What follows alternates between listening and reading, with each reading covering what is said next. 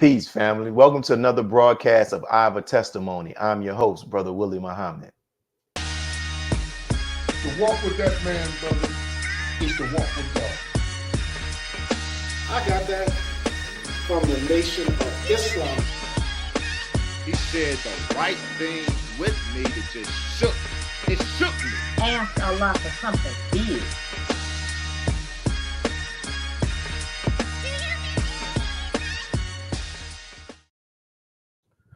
Welcome, brothers and sisters. And as I said, welcome to another broadcast of I Have a Testimony. I'm your host, Brother Haleem Muhammad. And today we come to you with a special guest as a part of a series that we're going to do, interviewing student ministers within the Nation of Islam, and specifically talking about their experience and their experience as it relates to preaching, as we say, preaching in the Christian world, but teaching. But there are ministers in the Nation of Islam who preach and teach as well. And today it gives me great honor. We have with us today, I don't think he's a stranger to any of you all who are going to see him. It's our, and I would say my student regional minister, Brother Abdul Haleem Muhammad.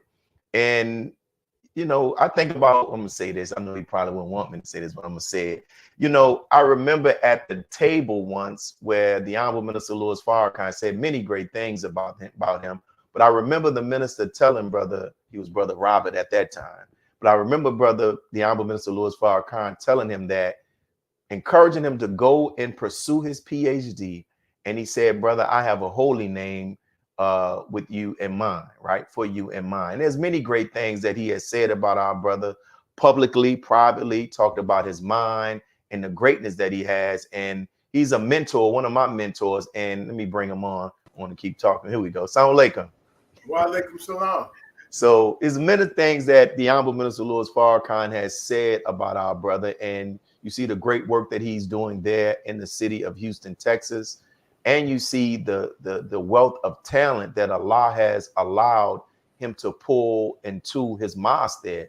And it's something to be studied. And I think about, Brother Minister, I think about the Most Honorable Elijah Muhammad's words in the Theology of Time when he was talking about he wants our professional people. And Brother Abdul Haleem, Brother Dr. Abdul Haleem, as I hear somebody in our city, they says he's not only in the streets, but he not only in the suites, but also in the streets. And you see from the diversity there in the mosque in Houston, Texas. So thank you for accepting this invitation. Thank you for inviting me, brother. So we're starting this off, as I was sharing, brother Dimitri, who's a part of the research team, sent me some videos. And it's about some Christian pastors, members of the clergy there. And there's this one brother, he created an actual PhD program about Black preaching and rhetoric. I can't think of the name, but his name is Dr. Frank Thomas. And hearing him made me want to do similar interviews with the people within our nation. And I couldn't think of a better person to begin outside of the Honorable Minister Louis Farrakhan, of course, but to have you as the first guest here on the show. And I would like to get straight into it. You ready? Yes, sir. So the first question I want to ask, what inspired you to become a student minister in the Nation of Islam? Bismillah ar-Rahman ar-Rahim. Well, be perfectly honest with you, brother, growing up in the church, particularly the Catholic Church, I was an altar boy. And in 7th grade, I asked Father Gorman, I said, Father Gorman, can I be a priest? He said, yes, my son. I said, can I marry Mary Edwards? That was my girlfriend. He said, no, my son. I said, oh, well, that ain't for me. So I've always wanted to be in the priesthood.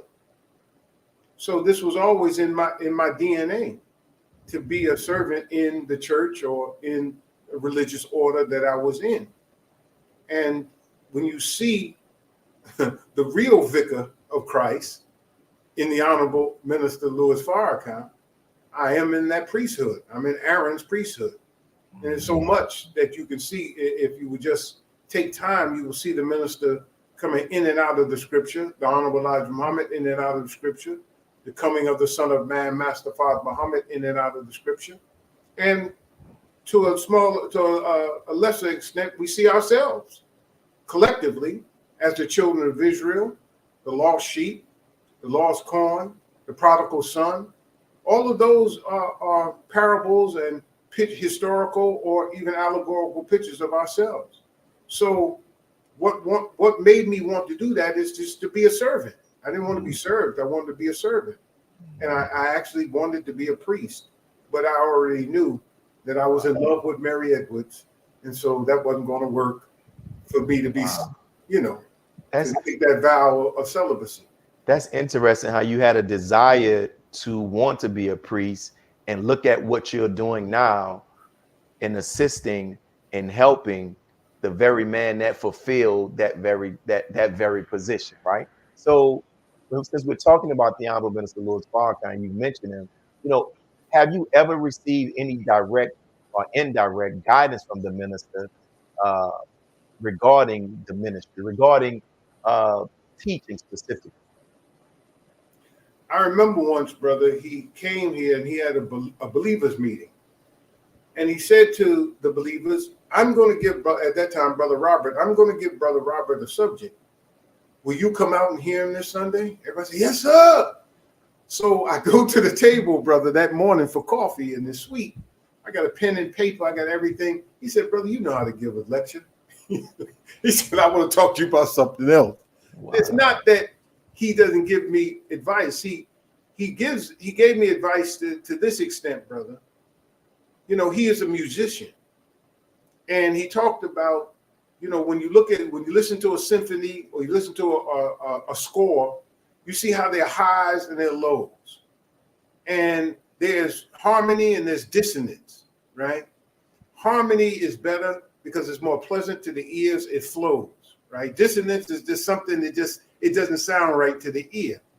You can't always be way up here yelling and screaming. One time I introduced him at Miles 45. I remember that. You mentioned it. And I had the people jacked up. And he said, brother, you have the people like that now, I'm meeting them up here. No, you have to introduce him in such a way that the people, of course, receive him properly. But you can't be yelling at the people and this, that, and the other. You raise your voice. You have to sometimes lower your voice. Sometimes you have to speak to them. Sometimes you have to be emphatic. Sometimes you have to make a point. And other times you have to sometimes ask a question and let them think about it and then move on to the next phase of whatever you're going to say.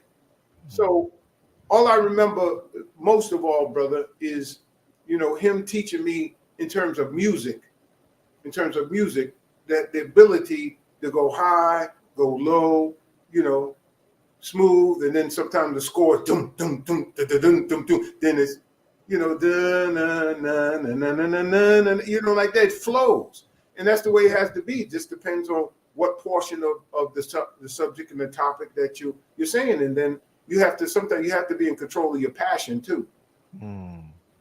Beautiful, beautiful. And I remember that meeting. I remember him coming out and giving you that you started smiling, guidance as well. I remember that. So since we're talking about that, when you came to the breakfast table the next morning expecting to be given guidance about that, and he said that about you, and that to me, that's further also confirms the minister knows what he has in you as well. So my next question is, how do you select your topics or your themes for your lectures? It usually comes to me on Wednesday, and it is as our sister Ava said, may God, Allah, be forever pleased with her. Really, what solidifies it is that Friday, meaning study group, takes care of Sunday. So I may pick a subject, and it usually comes to me on Wednesday. And then at that point, I'll pick a subject and I'll get the flyer ready and I'll begin to assemble the elements of the message. And then I listen in on the believers on Friday.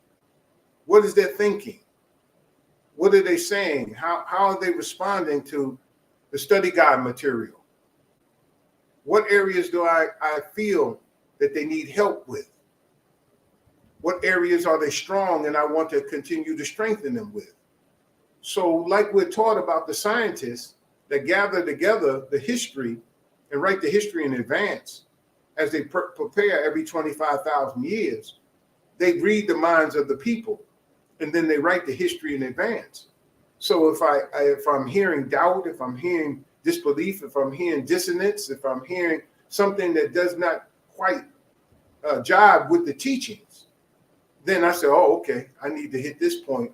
I need to strengthen this. But if I hear that there's certain areas that they're very strong in, I want to make sure that we seal that and solidify that, but always tying them to the three. You can't teach Minister Farrakhan out here and disconnect it from the Most Honorable Elijah Muhammad. And you can't, because I am a student of the Honorable Elijah Muhammad as taught and demonstrated by the Honorable Minister Louis Farrakhan. So I can't teach the Honorable Elijah Muhammad teaches us without connecting it to him who is our teacher. And certainly we cannot talk about the Most Honorable Elijah Muhammad without talking about Master Fard Muhammad and what God had taught the Honorable Elijah Muhammad, because he always said, what God taught me, right? So there has to be that connection. You have to always keep that connection. But our job is to do what the Most Honorable Elijah Muhammad said that we would do, Brother Willie. It goes like this. He said, brother, don't worry about your place in Scripture. Talking to Minister Farrakhan, this is the Honorable Elijah Muhammad talking to Minister Farrakhan. He said, don't worry about your place in Scripture. He said, make my great commission known, and I will represent you to the people. Now, how was that going to happen? A generation will be raised up who literally, in many cases, is a fatherless generation. We're looking for a father. There's a vacuum here that Allah allowed to happen. Yes, we can blame it on welfare. We can blame it on, the welfare state. We can blame it on fatherlessness and out of wedlock births and all of that. But Allah allowed it. Why? So that we would have a generation that was ready for the Messiah. That's right. Because as the scriptures say, I am the good shepherd, and the sheep know my voice. So we're a generation that was primed by God to hear the voice of God in our midst, which is the Honorable Minister Louis Farrakhan. And all he does is make the Honorable Elijah Muhammad's Great Commission known. Our job is to point them to him, to represent him to the people.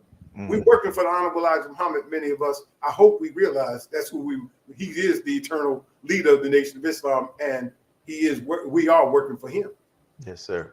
And thank you for sharing that. I've talked to people from around the nation, even people in our city, and when they talk about, because we all have people that we like listening to lecture, your name is often mentioned as your teaching style. That's how you're able to do a scholarly level, you religious level, all of that, right? So what techniques do you use to engage the audience during your lectures? Because I know you also use humor sometimes as well. Well, I'm not, I want to try to be as humble as possible, but everybody has a gift. My gift is discernment. I can prepare. There's three things, Brother Willie, we're always going to realize if we really take this craft, seriously. One is what you prepare to say. Two is what you actually say. And three, what you thought you should have said. That's usually what happens, right? But in between the what you do say, based upon what you prepared to say, usually it's based upon the audience itself. You're looking at people and you made a point, and somebody's body language tells you they didn't receive that well. Sometimes you got to drive it in. And then in other cases, you see a person, they start off like this, but by the time they finish, they broke down and they're leaning forward. You say, and you drive that point. So you can have a whole bunch of notes, you can have a whole bunch of everything, but sometimes, you have to let them notes go, and you have to let the spirit of Allah guide you. I know one thing in talking to our student Imam Abdul Salam, he has something, but he doesn't like to do, like, for instance, a whole bunch of PowerPoint. He likes to let that spirit move him, right? So you can have a combination of both. There are many people who really can paint a picture with words. They can actually make you see what it is that they're trying to think. You can feel them, you can see them. And then others of us, we have to sometimes use visual. There's a statement that I captured from a banker one time. I was with a banker and a builder in the bank, and we were working on a project. And the builder was arguing with the banker about, I've done this and I've done that. And the banker said, after a while, he got tired of listening to him, and These were two black people you had to know. He said, homeboy, I want to let you know that documentation beats conversation. Well, that's where you get that from. That's where I got it from. And so off time, people say, where did you get that from? Which really translates into where could I go read it where white folks wrote it. So I like to get the documentation to back up the conversation. Now, Honorable Elijah Muhammad's teaching, as Dr. Wesley says, they're verifiable truths. Okay, so, but you have to use the language that would be familiar with most people. So if you talk about the grafting, Yaqub grafting these people, right? Devil is not like a nickname or an insult. It's a scientific term. Any live germ grafted from original is devil. Okay, so now you have a great scholar in your city. I think his name is Walter Isaacson. He wrote a book about a woman that does like not gene splicing. I forget the term, but when you think about genetic engineering, and you're thinking about people being able to take out certain qualities and put in certain qualities in the genetic pool, right?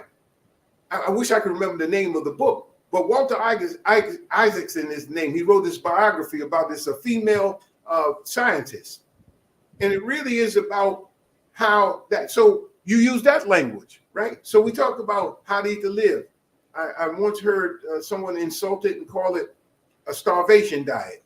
Damn. White people call it what? Intermittent fasting. They used to laugh about us about the mother plane and the wheels. Now the government has to admit it. You tried to tell them we didn't kill Malcolm X. The government did that. We already told you that two of the brothers was innocent. Now they've been exonerated. So what now? There's still people are still holding on to that because once you get your ego caught up in something, you can't even admit it. You can just go through the teaching step by step by step. And I wrote a book by not wrote a book, but I wrote a book by a scholar called The History of White People. And in the book is about that thick. And in it, there's a chapter where she's actually mocking the nationalists and puts us in there and talk about Yaqub. And I go through the book, and the last footnote in the last chapter, like down in the bottom, real small, she admits that what we were teaching, there's a kernel of truth in what we were teaching, that white people actually came from us. I mean, so if you just live long enough, all of what we've been told and taught, brother, can be verified and taught, and the truth is coming out. Just so, go ahead. That brings up a good question, because like you referenced other books, right? And so how do you what's the format that you use when you are bringing in scholarship or research from other people that are not Muslims or Nation of Islam? Like, how do you make that balance? How do you use it? How do you use the teachings in relationship to that? You get my point when I'm asking? Sure. What the Honorable Elijah Muhammad got from Master Father Muhammad is revelation. See, revelation is different. Revelation is at the highest level of knowledge, right? Revelation and scholarship, as Dr. Wesley has said, are not the same, right? All the scholarship can do is verify the revelation. Minister Farrakhan is a man whom God reveals things to. And he says them, and people laugh and they mock it. And then sure enough, down the line of time, they have to admit it. So go back, everybody that watches this broadcast, I would ask you to go back and watch Minister Farrakhan's Savior's Day lecture for 2024. What did Allah, the great Mahdi, and the great Messiah say about the war in the Middle East? And go and pick certain points of it where Minister Farrakhan says things about the Prime Minister of Israel, what was in his mind, what he knew, when he knew it, and what Allah and his Christ showed him. And then now look at the newspapers today. And some of the pronouncements that Minister Farrakhan said, that America is going to be coming up out of the Middle East, and Israel will be no more. The Palestine will be free. So the revelation is placed above the scholarship, right? Absolutely. All you're doing is you're getting the scholarship to bear witness To to the revelation. Because that's why his revelation is revealed. Where does it come from? Where did this come from? How did he know these things? Who told him? So It's just like when he went to the wheel, people mocked him. But the Honorable Elijah Muhammad told him on the wheel what the president was planning. And what happened? Did it come out later that President Reagan was planning a war? He met with the Joint Chiefs of Staff, and they were planning a war. And that war was against Libya, and every president thereafter has had some kind of conflict in the Middle East. And then there was a second front, was a war against black people. And if we look today, Brother Willie, bearing witness, woke is our language. Woke is not Caucasian people's language. I'm awake. That's how they talk. Woke is black language, right? Critical race theory is about our experience in America and the systematic racism. It's not a theory, it's a practice. This is taking place since our feet hit the shores of North America, right? And DEI, diversity, equity, and inclusion, is the result of the racial reckoning after the murder of George Floyd. Right. And so everything they're pushing back against, and even the election of Barack Obama, is against us. And that's part of and we've been given that revelation to see that type of wave is coming. And I transition to this question. You know, I can imagine if you think about the number of lectures that you've given just in the mosque. We're not even talking about being invited to different cities and universities and prisons and stuff like that. I want to ask you this question, and if you need to take some time to think about it, can you share like an example of a lecture that you gave that it was challenging to deliver, and how did you navigate that challenge? To be honest with you, Brother Willie, all of them are difficult. Because first of all, that's not our rostrum. That's the rostrum of the Most Honorable Elijah Muhammad, as we allow, as the Honorable Minister Louis Farrakhan sits as the father in the house. So we have to understand that rostrum is not ours. That's one. And two, we have to, the people we're talking to are the people of God.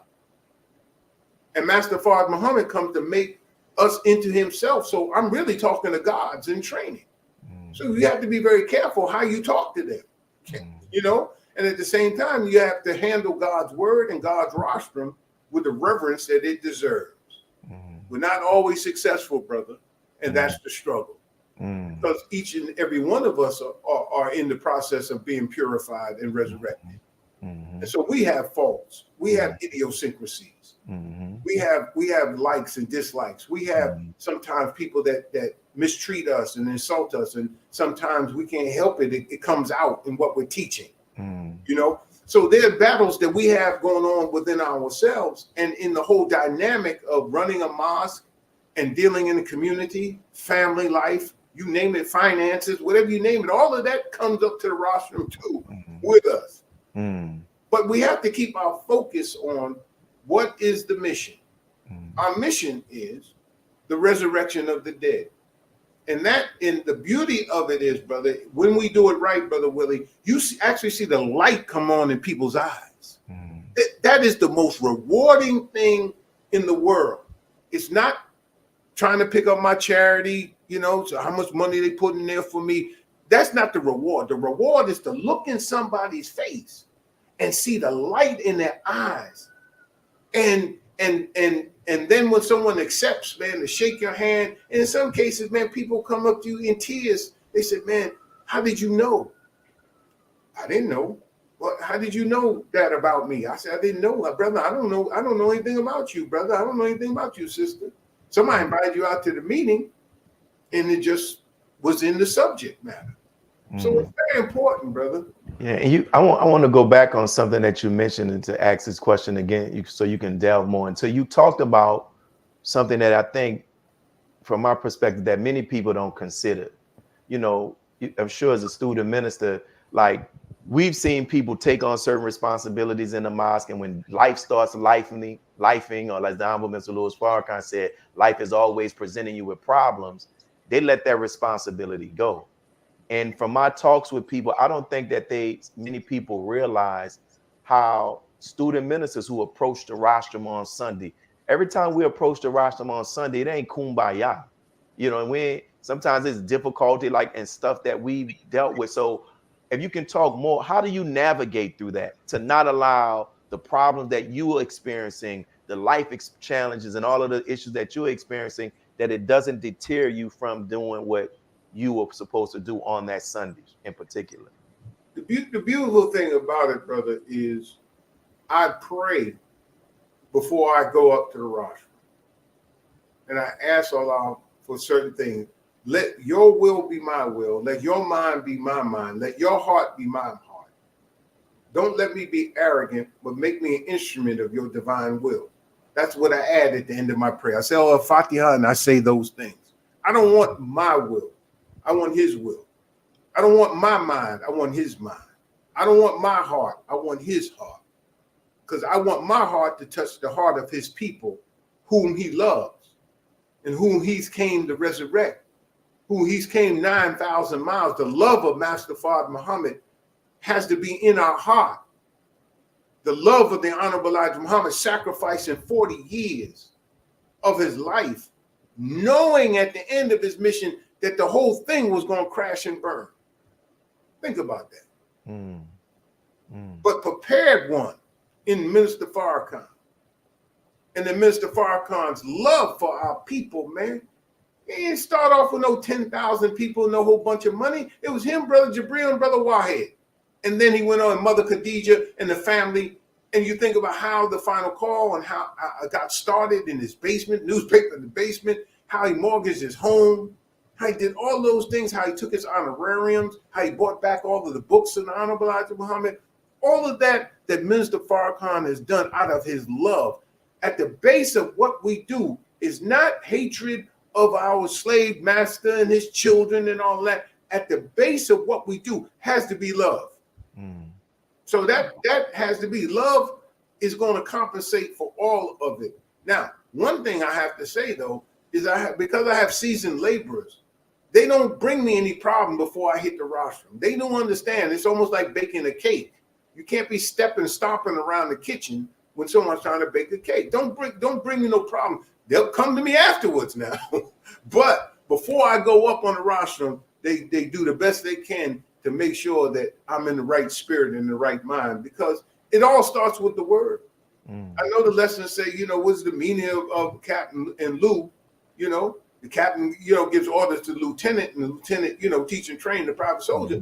But the truth, where does the captain get the orders from? It's from the messenger of Allah or from the student minister. So, but you have to come, with that spirit. You have to have the spirit of Farrakhan. I can tell you, brother. I have to give this testimony. I have to be perfectly honest. I remember being in San Antonio, and a brother who was a minister of the Honorable Elijah Muhammad, and he was in San Antonio, and he was speaking to the audience because he was still the minister there with the Honorable Minister Louis Farrakhan. He was helping him, but he was one of our father's ministers. And Brother Khalid was there, and he said, "Listen, brother, listen to him." And the brother was teaching. He was teaching hard, brother. Everything he said, brother, literally was quoting everything, chapter and verse of Message of the Black Man. But the crowd was not responding. And he said to me, he said, "Brother, I want you to introduce me." He's talking to me. "I want you to introduce me." He said, because he doesn't have the spirit of Farrakhan.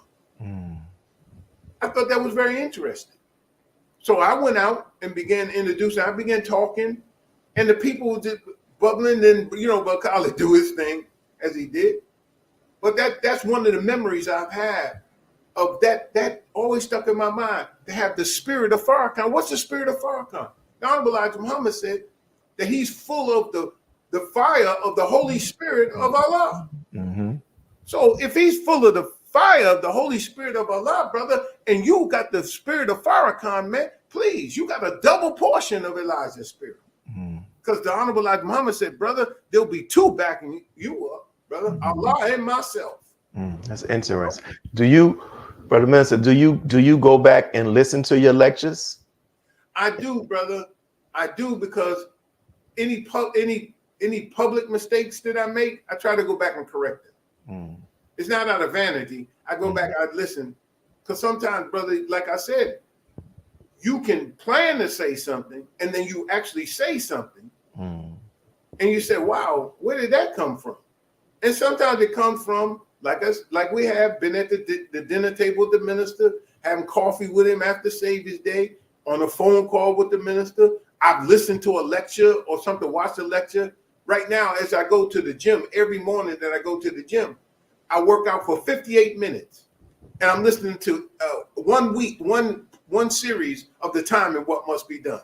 So some of that might be, it will come out and I go back and listen to it, because I have to make sure that in saying that I'm giving credit to where I got it from. I'm not a thief and a robber. That's what we talk about. Documentation be conversation. I like to cite myself. You can't get a PhD plagiarizing.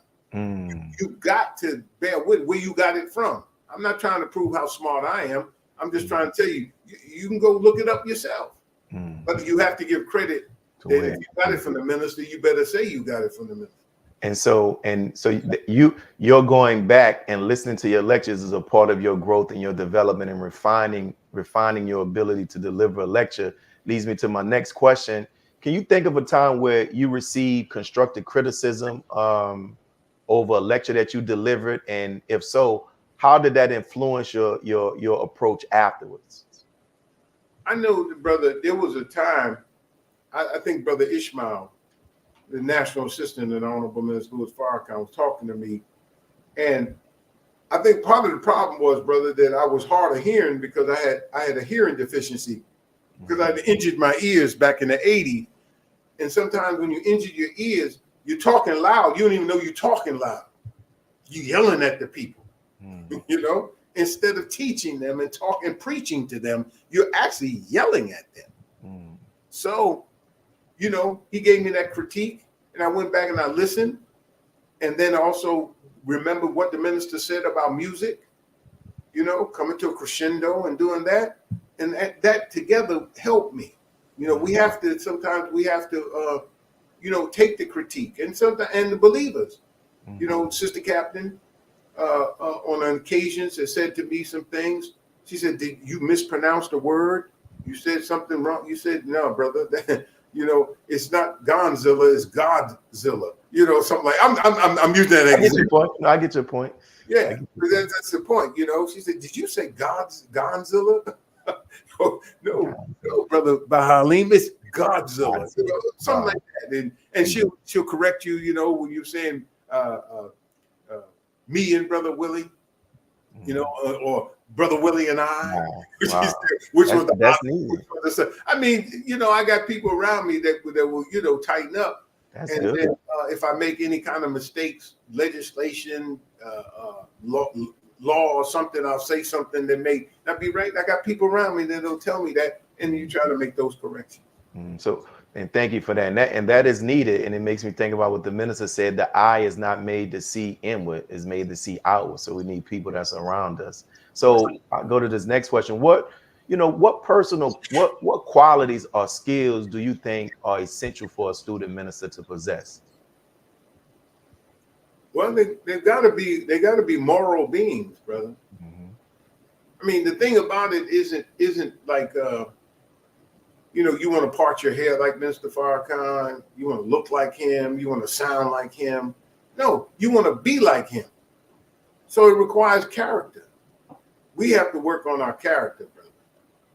In order to represent Mr. Farrakhan, we have to have good character. And we have to be honest. And we have to have the quality of that to me, it's just one word. It's a 4-letter word. We have to be the personification of love. And I know that may sound corny. Some people, man, I want to be hard. I want the minister to come hard. Yeah, but he comes hard out of love. It's tough love on some of us sometimes, but we know that even when the minister's getting on us, one thing that makes us not walk away is the fact we know that man loves us. Even when he's chastising us, we know that he loves us. So we have to be people who actually represent that. You know, Paul said that he could not leave until Christ was formed in them. See, so we gotta have. What do you mean Christ is formed in us? That means that you gotta have that willingness, brother, to go all the way. The thing about Jesus that makes him the perfect example is the fact of his perfect obedience. So we have to learn how to be obedient. And in some cases, brother, we have to give up self to let God in, his Christ in, and the Messiah in, so that we represent them and not ourselves. So I have to get Haleem out the way. You know, I mean, as a person, you know, I'm not talking about the attribute. The attribute is Allah's attribute. The person, I get it. Forbearance. You know, sometimes you have to be forbearing, but you got to move your personality out the way and let those three come through. Beautiful, thank you. And you know, over your tenure of being a student minister, when you reflect over it, you know, has your delivery changed over your time of being a student minister? And if so, in what ways has it changed and why? Well, it has to change with the time. It changes with maturity. You know, when I was a child, I spoke as a child. I thought as a child. I've seen everything like a child. But, you know, now that I'm an older man, I put away those childish things. You know, you have to really now teach in a way that represents the time that we're in. We're in a time we're in. We can't just we can't just wing things, brother. This is a very dangerous hour. And what we say over God's rostrum, right? Just like I'm over these airwaves, the enemy is listening and will take any part of this. And now with the devilishment of artificial intelligence, he could have my mouth moving and saying something just totally wicked. You know, as the minister admonished the people in the time what must be done, the Twitter army said, no matter how vile or even how they threatened the minister, he warned us not to respond in kind because they're gathering that to put together a record. So as a more mature person, we have to understand. Minister Farrakhan told me one time, again, see you pricking stuff in my head. He said one time, we can't be using the language of the 60s. That's not going to work. In truth, this generation, in many cases, man, went to integrated schools. Some of our people that are in the mosque got white mothers and white fathers. It's just that one of the spouses, one of the families is black or of the original people. And that's why they're in the mosque. So we can't be talking, you know, even when you talk black this, black that, what does that mean? What does black mean to a Mexican? What does black mean to a Puerto Rican? What does black mean to someone from the Dominican Republic? What do you mean black? What does black mean to an Asian? And all Asians are not monolithic.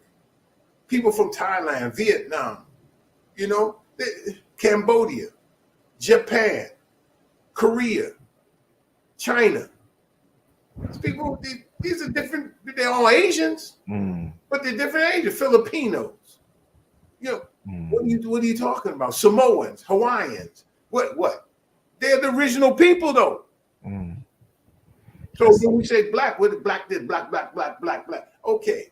No, we have to fit our language for the time. The teaching of the Honorable Elijah Muhammad starts with us, but it's a universal message.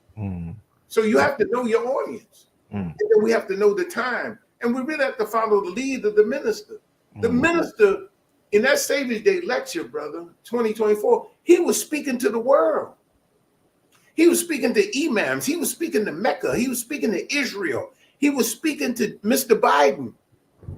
Respectfully, though. But he was like the ultimate statesman.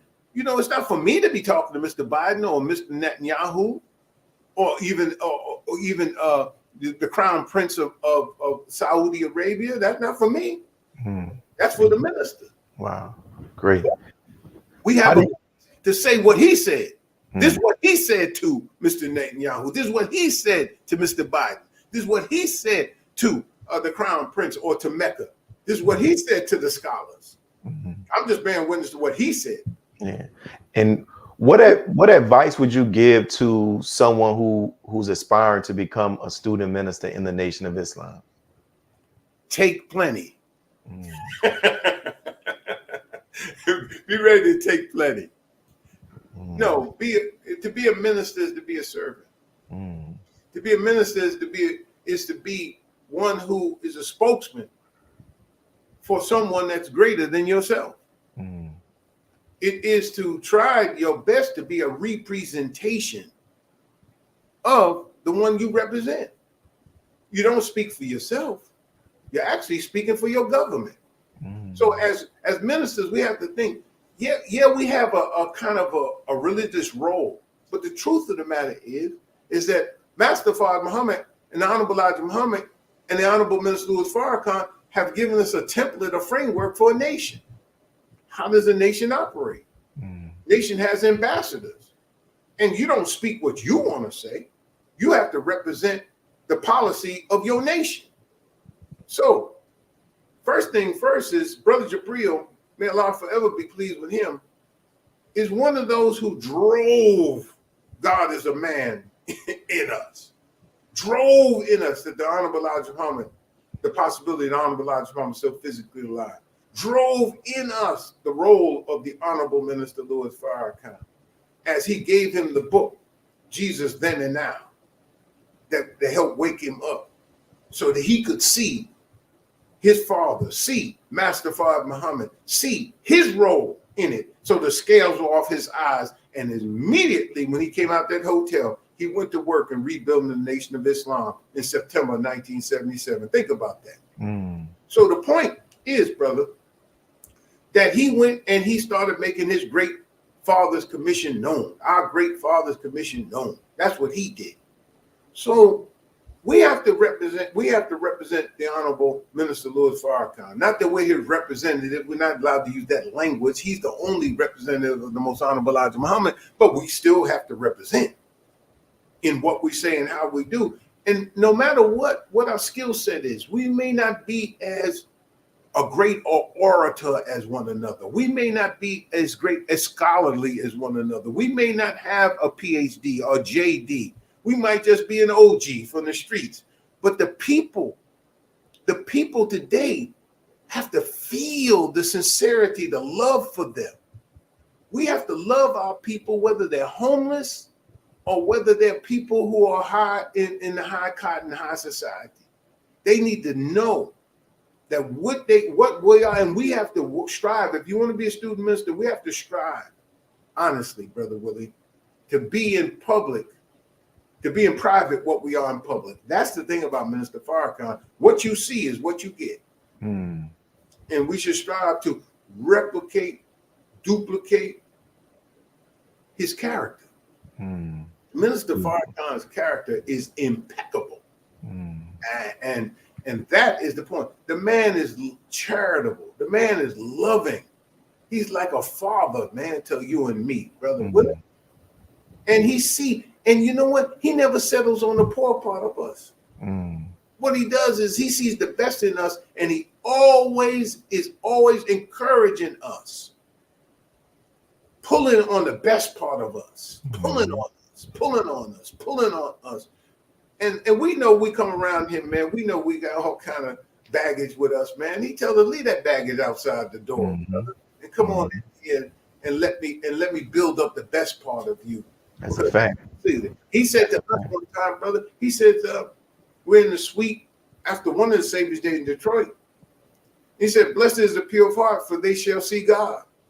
And Mr. Farrakhan said, and I say in everything. So he's looking for God and everything. He said to me and to us who's in the room, every man, and parenthetically, every woman is his teacher. And you know, you've been at the dinner table, and heard the minister, people just talking. I mean, saying some stuff, man, that you and I want to throw a plate at him or something. But he just sits, he listens, and then he responds. And the beauty of the minister is I've seen him pluck diamonds out of a dunghill. You know, how many times have we seen that, Brother Willie? And how many times have we been in this dinner table where the minister has fed people who we know have called him a hypocrite? Mm-hmm. We know have said bad things about him. Mm-hmm. We know have condemned him in rebuilding our Father's work.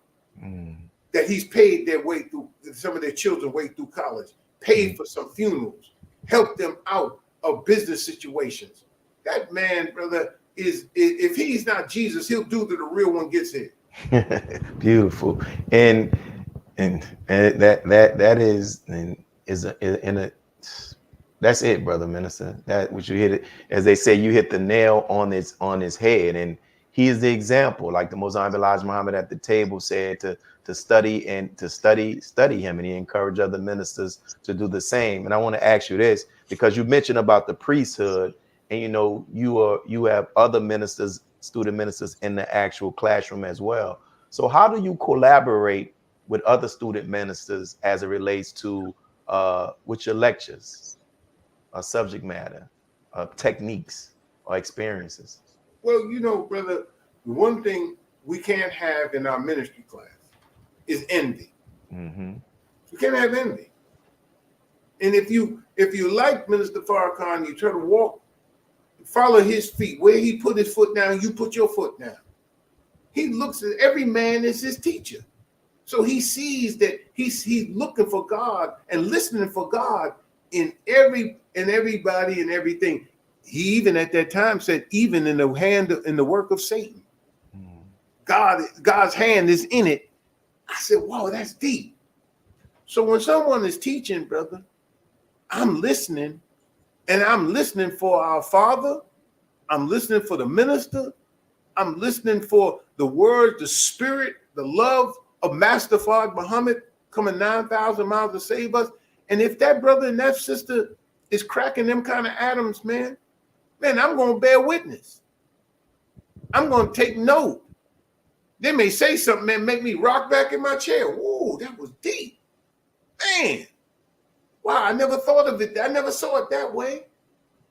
It's like, brother, you don't want to reveal the minister before his time, but he has already told us who he is. So now we need to just tell the world. For me, I realized long ago, but there's some things you just don't say out, but I'll say it now.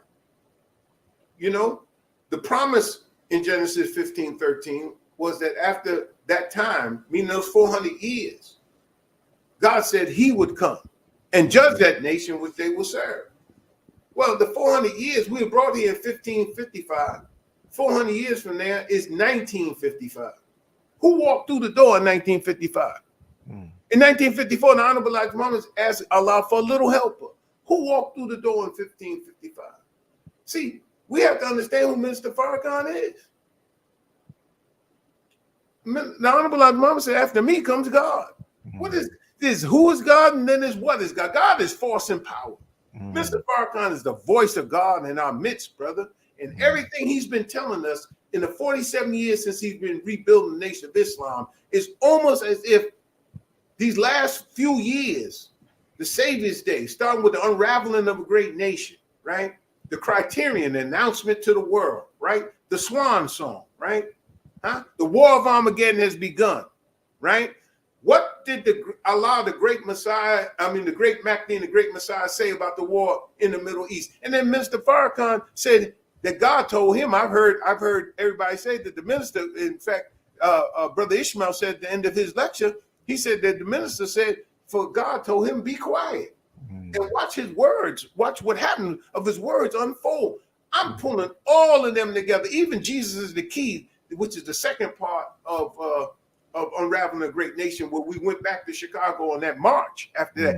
If you put all of them together, man, it's like Ezekiel. See, Ezekiel, he was preaching to the bones got out, they rattled, they shake, they did that and other, they came together, but they wasn't quite there. And then he told them, prophesize to the wind. And when he prophesied to the wind, the winds blew from four directions, and they stood up an exceedingly great army. Well, the winds are blowing, y'all. You have to understand, them winds are blowing right now And this world, this not only is America unraveling, but the world she built post World War II is unraveling. Praise When be you to see God. Saudi Arabia or not using the dollar for petrol, when you see the BRICS nations, Brazil, Russia, India, China, South Africa, and all these other what they call the southern nations joining together, and they said we're not going to use the dollar anymore as the exchange currency, our own currency. Man, come on, man. When you see what's going on in West Africa and Burkina Faso and Mali and these other countries, and they're kicking the French out and taking charge of their own resources now. Man, please, man, look, the winds is blowing all across the world, brother. There's a universal cry for justice, and I'm saying to everybody, Farrakhan is at the root of it. Everywhere I've gone, Brother Willie, around the world, whether it was China, Turkey, Africa, Central South America, the Caribbean, the young people in them nations is playing hip hop music. Think about that. But who is it that influenced hip hop in its golden age? The 5%ers, the Nation of Islam, the teaching of Honorable Elijah Muhammad. They sampled Malcolm, they sampled Minister Ava, they sampled Brother Khalid, they sampled the Honorable Minister Louis Farrakhan. They're still sampling the Honorable Minister Louis Farrakhan. Think about that. And you didn't think in lyrics. Come on, man. So if that has happened, then Minister Farrakhan has influenced the whole world, because the young people, not just black, but black, white, brown, red, yellow, all across the world rose up when George Floyd was murdered. And they're all rising up now on Palestine. In fact, many cases, the young Jews are the ones that are fighting against what's happening in Gaza. Yes, that's right. Farrakhan is at the root of it all. The enemy knows it. He is that Messiah, that Jesus in our midst. And right now, if it was up to them, they have him on the cross. Our job as his disciples is to make sure that he does not have to be on that cross alone. Must Jesus bear the cross alone and all the world go free? No, there's a cross for you, for everyone. There's a cross, brother, for you and me. We gotta help him with that, because if any man would be my disciple, he must first deny himself, pick up his cross, and follow him. That's our job, brother, is to follow the Farrakhan, do what the Honorable Elijah Muhammad told us during the theology of time. And I want to and you're definitely right. And for those who hear our brother's response, he's telling us what we should be doing as student ministers and how we should navigate, and the guidance is in his actual responses. And I'll ask you these last two questions.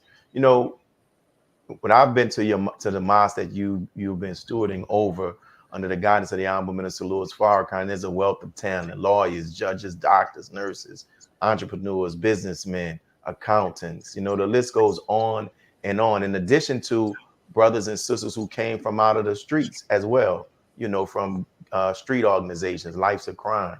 So, you know, how, in being in a city like Houston, how have you been able to, this is a two-part question, to use what you are learning and have learned from the teachings of the Most High Elijah Muhammad, the example and the guidance of the Honorable Minister Louis Farrakhan, to be able to teach the teachings in a way that it would attract people who come from, who are doctors, who are lawyers, who are judges, in that sense? And then the other question is, how do you also do the same to teach the teachings to pull our brothers and sisters who were caught up in a life, you know, just a life of crime?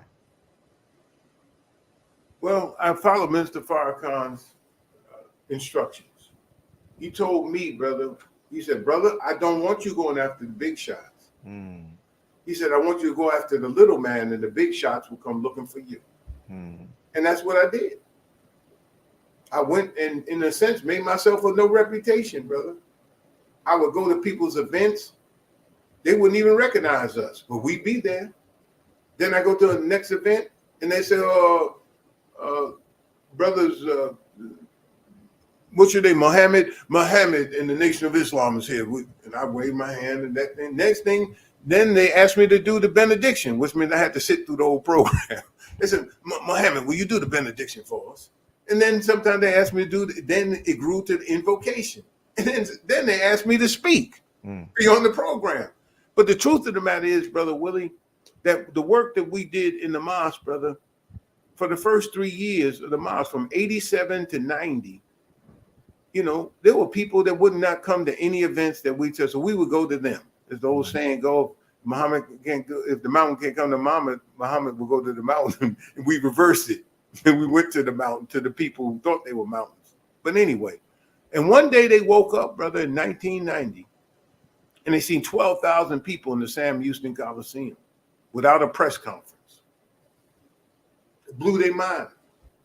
And it was after that point, brother, I can show you where I started getting these certificates of appreciation, all these kind of honors. And I remember calling the minister up. I was panicking one time because they wanted to honor me.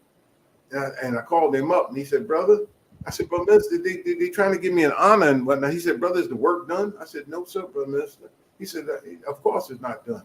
He said, accept the award as encouragement to keep on keeping on. I said, yes, sir, brother minister. With all them plaques and all that stuff, none of them predate 1990 when Mr. Farrakhan came here to speak in 1990. None of them predate that. So don't go after the big shots. Go after the little people that Master Father Muhammad went door to door to meet and to be. And that's how he found that one he was looking for in the most honorable eyes of Muhammad, by going door to door and go amongst the little people. And the big shots one day will come looking for you. Got it. And it just like what you, there's a beautiful words and beautiful restating what the Honorable Minister Louis Farrakhan said, to go after the little man and a woman, and the others will actually come. And it made me think about this. Can I ask you two more questions, right? We'll go over a little bit, if you don't mind. I know you probably got something to do, but remember, if you can share, you shared this with me several times before, but it helped me. So I'm asking that maybe others will hear to help as well. What the minister, remember the analogy the Honorable Minister Louis Farrakhan shared with you about trying to eat food with rotten teeth in your mouth? Can you talk about how that advice came to you and how it helped you? You remember that? I'm trying to think of the context, but I'm trying. I don't want to misquote it. You know, you never want to misrepresent what it is. But if you talk about rotten teeth in your mouth, yeah. He said about don't. He said you told me he told you. He said your problem, brothers. You're trying to eat food with old teeth in your mouth, and it was about going get. Okay. Let me put it another way. One time I called the minister up. I had a problem. Somebody ran up a bill on my credit card, didn't pay me back. So I wrote the minister. He called me one morning. He always asked me three things. Brother, how are you? How's your family? How are the believers? And I said to him, brother minister, the believers are fine. I said, but them older ones won't help me. He said, oh, brother, leave them alone. He said, no fisherman rejoices over the catch of another fisherman. He said, go get some sheep that answer to your voice. So you don't disrespect the previous minister because he or she got followers. Leave them alone. But go get some sheep that answer to your voice. That's how you do it. You build on what's there, but you don't keep trying to remake them. They'll see you. If you're sincere and you work hard, you'll win them over. Because you got to do it with the work. It can't be a whole bunch of gum bumping, a whole bunch of chin music. You have to do it with the work. You have to be consistent. One thing about me, brother, I don't have quit in me. I don't have quit in me, brother. And I'm of the mindset in helping the minister, how the result of having the kind of people you talk about, the quality of the kind of people, you're probably the first person that ever asked me this. It's this, brother. What is in my mind is when him and Brother Akbar, Larry Forex at that time, loaded up them airplane of business people and professionals that took them out to the Honorable Elijah Muhammad, he taught them a lecture and then dismissed them. See, that wasn't for that time. It was for Minister Farrakhan has been a man going around sowing seeds. He's spoken to every professional group you can think of. He's spoken to the nationalists, the Pan-Africanists, right? He's spoken to all the fraternities, the sororities, all the professional groups. He's speaking to all these colleges, white and black. So there's people out there, brother, that have heard him, that have experienced Mr. Farrakhan. I run into him all the time. So all you got to do is represent him. And if they see him in you, you will attract them. Beautiful. And they will come. But you have to give people like that a vision of where we're going. Because there's an old world going out. That's one of my favorite lectures. And a new world come in. This world is closing down, brother. But the skill set that God has given them in this transition can be very helpful. So at this time, we're trying to build a nation. And eventually, one day, we're going to have those ministries that are going to be on fire and on all cylinders. And we're going to need people like that. Go in the old Muhammad Speaks. Look at the archives. Honorable Elijah Muhammad was always asking for people of knowledge and scholarship to come and to help him, to build a school, to build the businesses, to build communities, to do those things. We're going to need all of that. When this world shuts down and our people realize what the Honorable Elijah Muhammad told Malcolm, he said, brother, stay where I put you. They have no choice but to come our way. When you have the civil rights leaders saying that, and one scholar by the name of Dr. Pineal Joseph is his name, he said that we're in the third Reconstruction. What?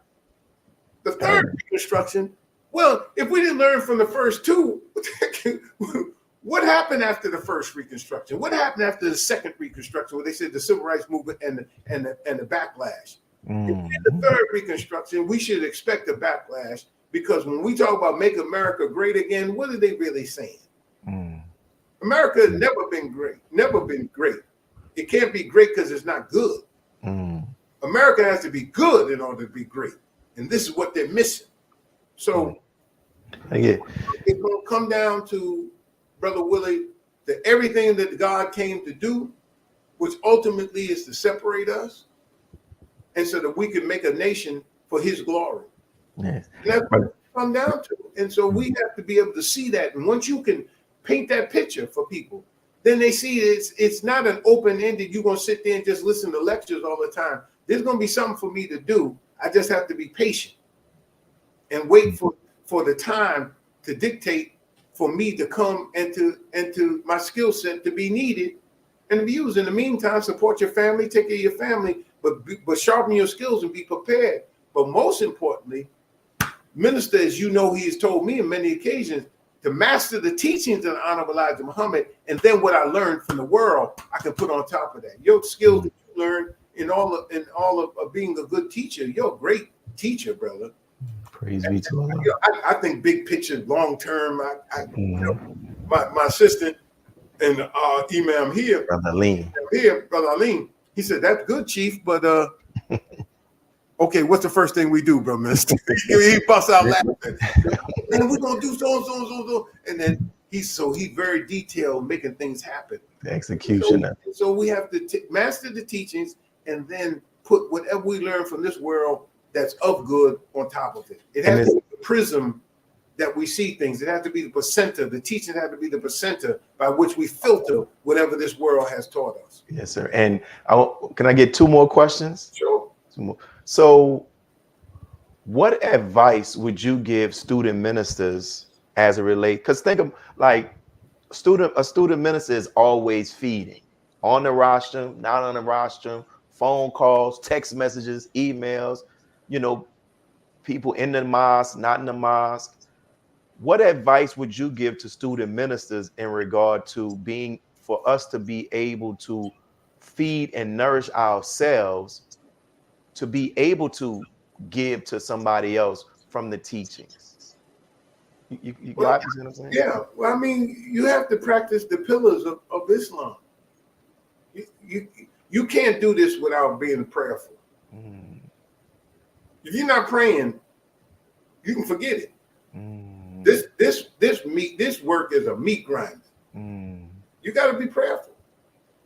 You got to follow how you need to live. You got to fast. You have to study. You can't be trite. When you look up that word trite, same old thing. We got hit in the head. We got hit in the neck. We got hit in the chest. We lost our names, our religion, our God, our culture. You're going to keep running that, man. How many times we going to hear that, man? Come on. You got to take it and you got to go deeper and deeper and deeper into the word and really just quote the minister. Can't get no deeper than him. Take large chunks of what he's saying and quote him. If you want to say little something that come from you, then little something come from you. Go right back to him. But really, brother, Minister Farrakhan told me to take 4 weeks a year. He said, not all at the same time, brother, but take 4 weeks a year. Sometimes you have to take time off to recharge your battery. And one thing I love about Brother Nuri is no matter what hotel we're staying in, you come down in the morning, you're going to find him in the gym. He in the gym on the treadmill or doing something.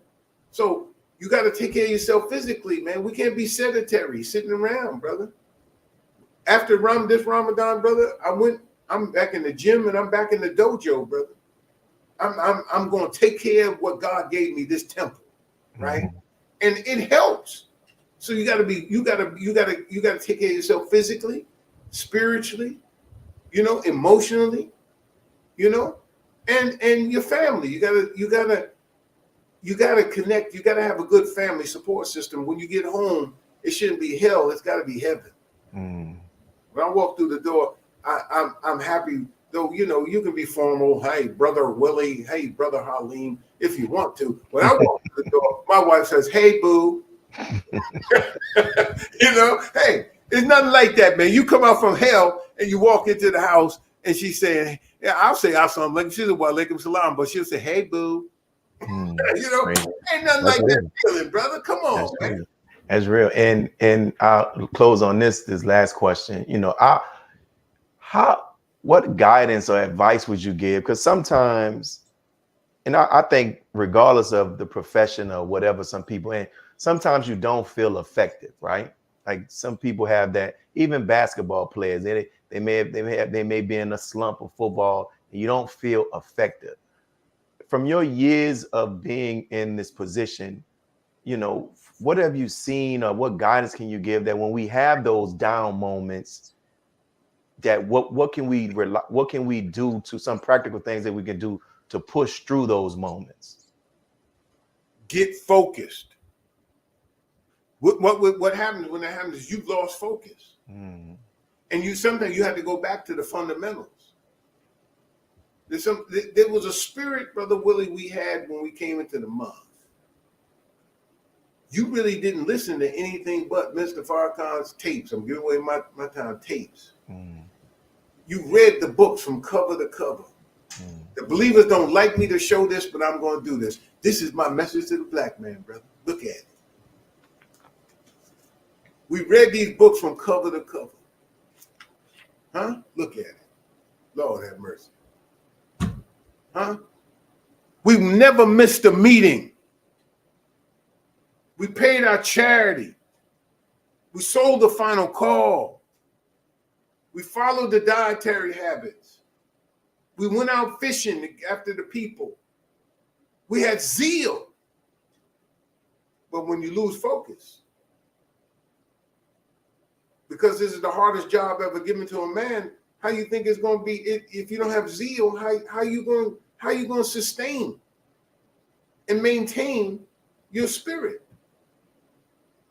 I value the Master Father Muhammad, the Honorable Elijah Muhammad, the Honorable Minister Louis Farrakhan is tied up in getting after the lost found, as Mr. Farrakhan told me, and putting the new ones to work. That is our value to the God, the great Messiah, and the Messiah in our midst, the Honorable Minister Louis Farrakhan. Let's get after his people, ministers, believers. We're all ministers. There's a Muhammad Speaks interview that appeared in the Muhammad Speaks, an interview that Honorable Elijah Muhammad did. It was really, they were picking at him about Muhammad Ali being a minister. Honorable Elijah Muhammad said, all of the Muslims are ministers. Even the sisters. This is back in the time in the late 60s, late 60s. With Muhammad Ali, they were trying to pick at him, was he really a minister? He said, all the believers are ministers. We're all ministers, y'all. When you and I carry this paper out there, we're ministers. We are, the word of God is in this paper. When you give this paper to the people, we're already ministers. And this message is right here. I advise all of us to go back and listen to it again, because it to me is the summary and quintessence of everything minister's been trying to tell us for 47 years. Right now, beloved, I advise you as well as I advise myself, is to have fear of Allah and to do the best we can, man, to try to get it right. Praise be Allah forgives sins altogether. Leave that stuff behind. And let's keep straight ahead. Because we're getting ready to go through something. And as we go through it, I pray Allah, Brother Willie, that you and I come out on the other side. Praise be to Allah. Definitely. Thank you for your time, and thank you for the jewels that you dropped. And I feel like we haven't even scratched the surface. So we're gonna do this again. So be prepared, all right? I'll be letting you know when. Have some more questions on the season. One of the things that I forgot to say is, Torchlight for America. There's certain language that the minister use. When I'm in certain settings, it's the teachings of the Honorable Elijah Muhammad, but it's in public policy language. We have to learn how to speak the language of the people. Otherwise, we will not be successful in applying our mathematical theology. So may Allah bless you, brother. Thank you. Give your family and the believers the greetings there in New Orleans. I look forward to seeing you all next week as we have our first inaugural musical ensemble right here in Houston, Texas, man, 6 o'clock, right here in Houston. Woo! It's going to be something. We're bringing in the youth and young adults from across the country to be a part of this musical ensemble. Minister Farrakhan said to us, man, after the main lecture that he gave, he came to the dinner and the children were playing, the young people were playing the violin and all of that. He loved that. And he said, one day we're going to have our own orchestra. Well, this is the beginning of that, brother. Houston is the first city in a national tour of a musical ensemble that eventually one day will lead us to have an orchestra. You know, brother, religion and politics sometimes, Brother Willie, has this tendency to divide people. But music, if someone's playing a cello, a violin, playing some kind of instrument, and you're just listening to them on the radio, you don't know whether they're black, white, Jew, Christian, Muslim, Democrat, Republican. The question is, can they play music? That's right. Music is a universal message, brother. And we need that music because music heals. I love the ministers. Let's change the world. There's all kind of music in it, brother. The music is healing. And I remember being in Los Angeles during Nipsey Hussle's funeral. And the minister said to us, he turned to us, he said, keep music in your life. So get music in your life, brothers and sisters. All kind of music. And may Allah bless you, brother. Thank you so much. Sounds of Harmony. There it is. Right there. So please, get a ticket. Even if you're not here, you're watching this broadcast, get a ticket, make a contribution, and sponsor a ticket for someone to come. Some young people that we can bring in and fill up the audience with people to be inspired. This city needs healing. The state needs healing. This country needs healing. Hell, the world needs healing. For a couple hours of the week, a couple hours of a day, Brother Willie, maybe we can have some peace through some music. May Allah bless you, brother. Thank you. May Allah continue to bless you as well. Assalamu alaikum. Wa alaikum salam. And so we thank each and every one of you all. Let me try to get this right for tuning in. And you heard the jewels that were actually dropping. Listen, we didn't even really touch the surface. We scratched the surface, but there's so much more that's also in them. And we're going to bring them back and have more questions. But I hope that those who are listening, in particular, those who are the student ministry, are able to benefit from what our brother actually shared. So this is our brother. Let me get ready. We just want to do this right here. For those who are watching, this is we're a little bit down. We're approaching that $100,000 mark as it relates to paying off our building. So if you have anything you want to contribute, please feel free to make sure you can do so. You can reach out to us on social media to find out how. And also, if you want to do some ads on this particular show, send us an email at browm46@icloud.com so we can, whatever business you have, you can run some ads. Very affordable, not anything that you can't actually afford. So this is your brother once again. Thank you for tuning in to I Have a Testimony, and make sure you tune in to the next broadcast. Peace. To walk with that man, brother, is to walk with God. I got that from the Nation of Islam. He said the right thing with me that just shook. It shook me. Ask Allah for something big.